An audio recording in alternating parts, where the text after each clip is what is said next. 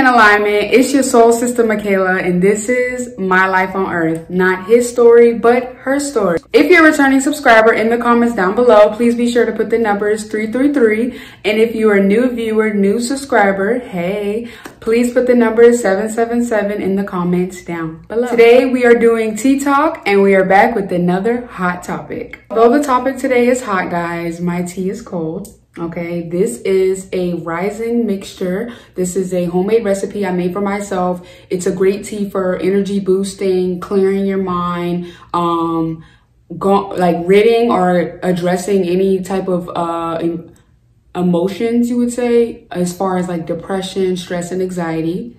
So this is a really good tea, guys. I am definitely going to be selling this tea, guys, because this is amazing. Okay, you can drink it any time of the day, but it's like taking an energy drink or energy shot, but it's tea, herbs, natural, holistic. Cheers.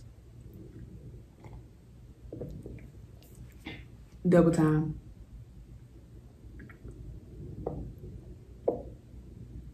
And honestly, guys, this specific tea that I have, this tea actually tastes better cold. So, and it's unsweetened, by the way.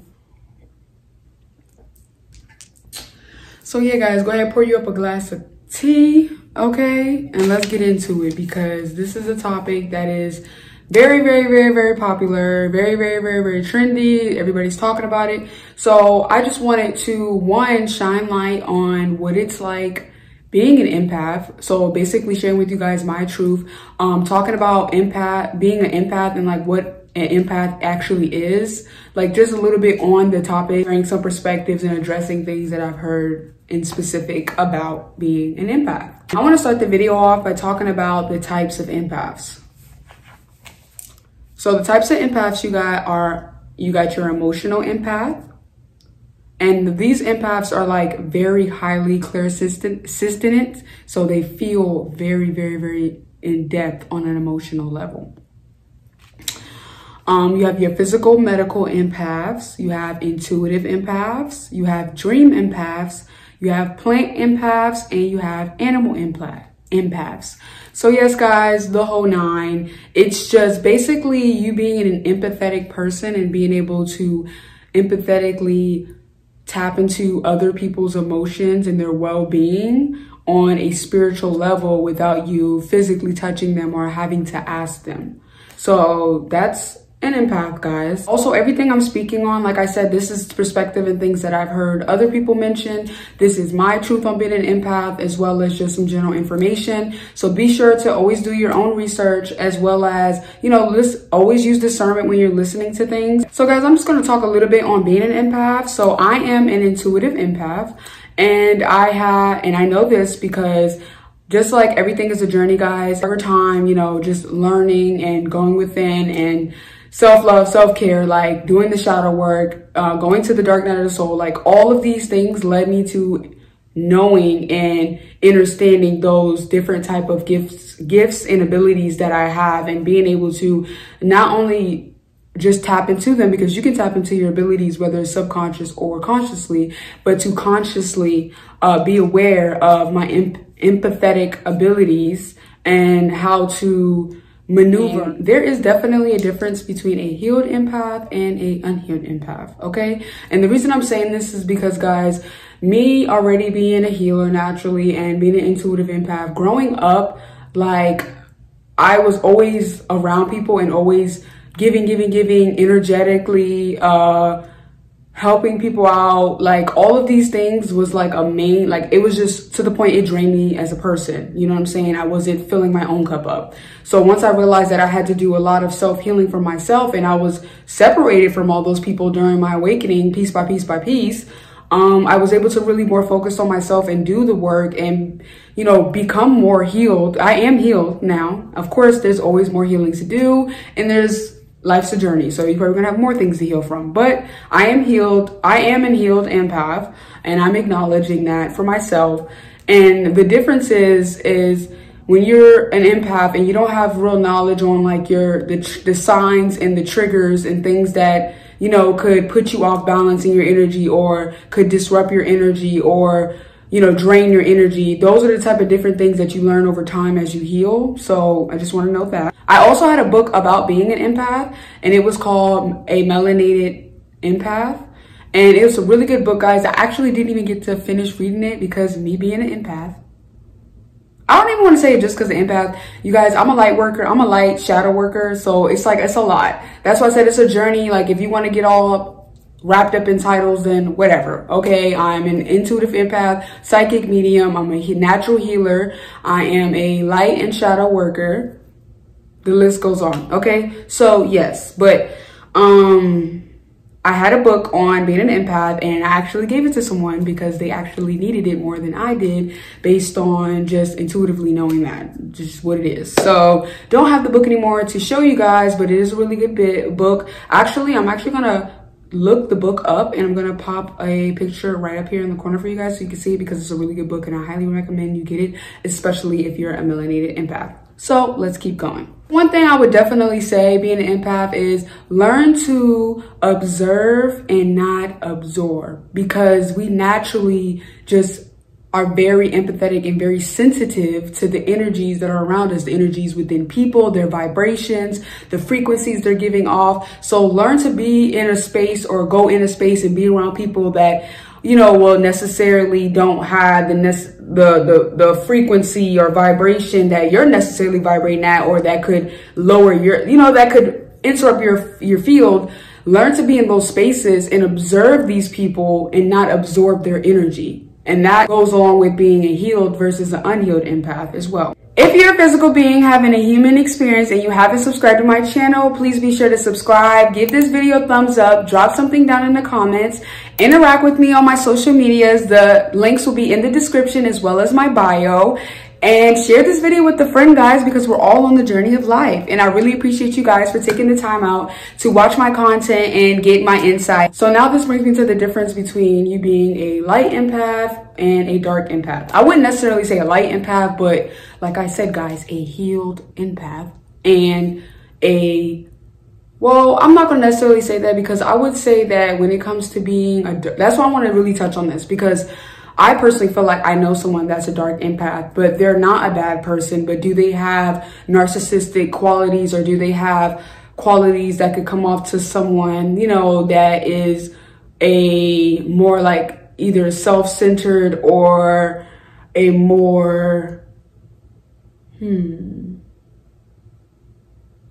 straightforward empath? I feel like you would consider them a dark empath, but you would also consider someone a dark empath if they're an empath and they're in tune with their abilities, whether it's consciously or unconsciously, but they realize that they have this ability to be able to understand people, or whatever their empathetic ability may be, but they use it in terms of manipulation and use it in ways to get up on people and to overall use people, or necessarily just only use their abilities for themselves, you know, selfishly for the ego, and not as far as the collective as a whole. You know what I mean?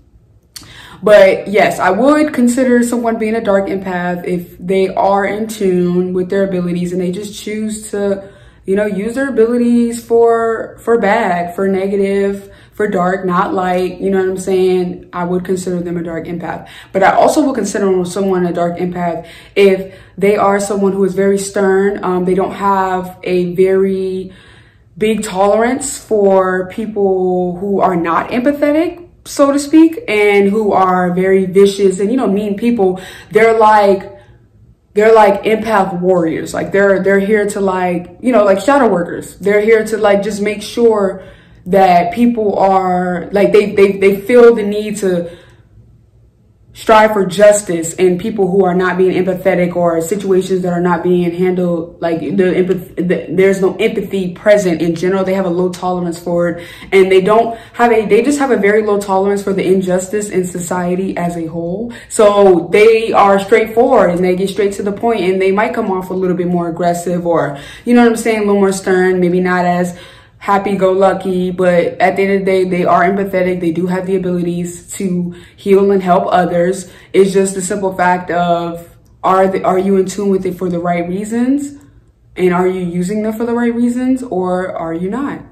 That's just the way I look at it, guys. So that's the best way I can describe it. Also, I want to touch on people really mentioning and touching on the fact that being an empath is not a good thing.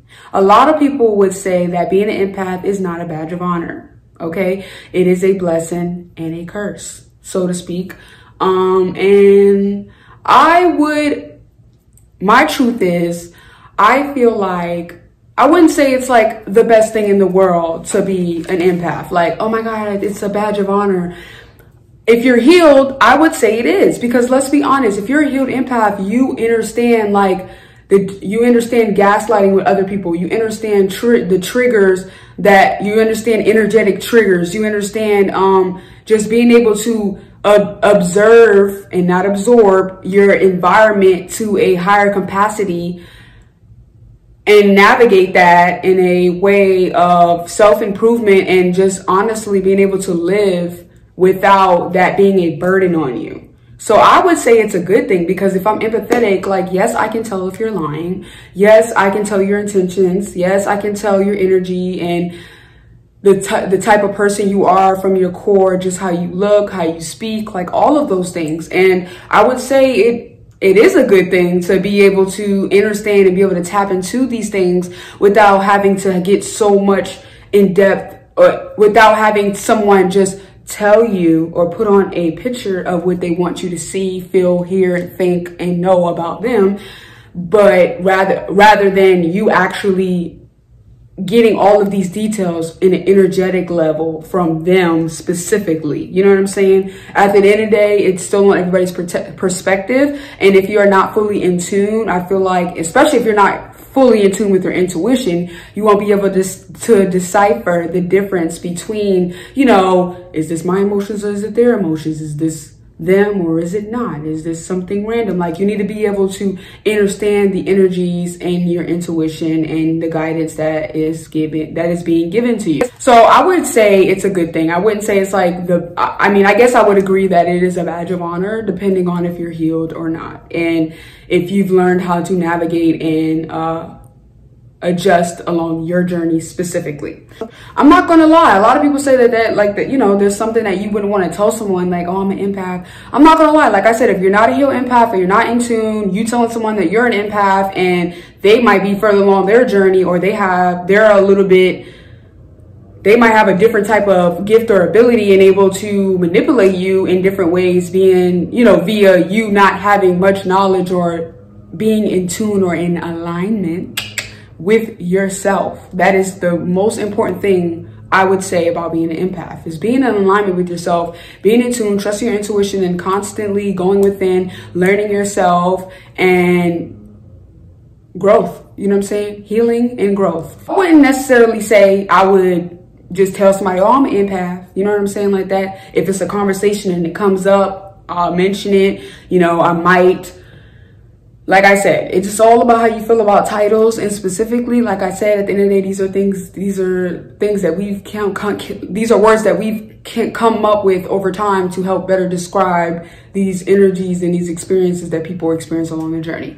So I wouldn't just go around telling anybody you're an empath, especially if you're still new in your journey, still fresh, still learning, still healing. Keep that to yourself, learn, figure out what type of empath you are. You know what I'm saying? That's my opinion on that. So, like I said, being an empath, especially if you're a healed empath, I look at it as a perk to life, because not only do you understand yourself better, you're able to understand other people, and it helps you get a different perspective on life that isn't so visual or isn't so programmed or constructive. You see what I'm saying? It's energy. You see what I'm saying? And how could you not love energy? And you have no choice but to get in alignment with energy regardless. So make your journey easier for yourself.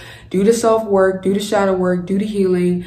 Deal with the dark night of the soul. Deal with those traumas and things that are blockages to you being able to clearly channel the energies and intuitive messages that you are receiving. And being able to decipher the energies, and most importantly, to observe and not absorb. Say with me, guys. As an empath, I am to observe and not to absorb.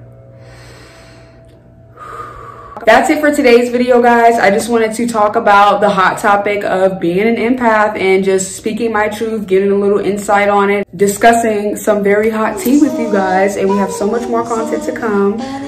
That's it for today's video, guys. See you later.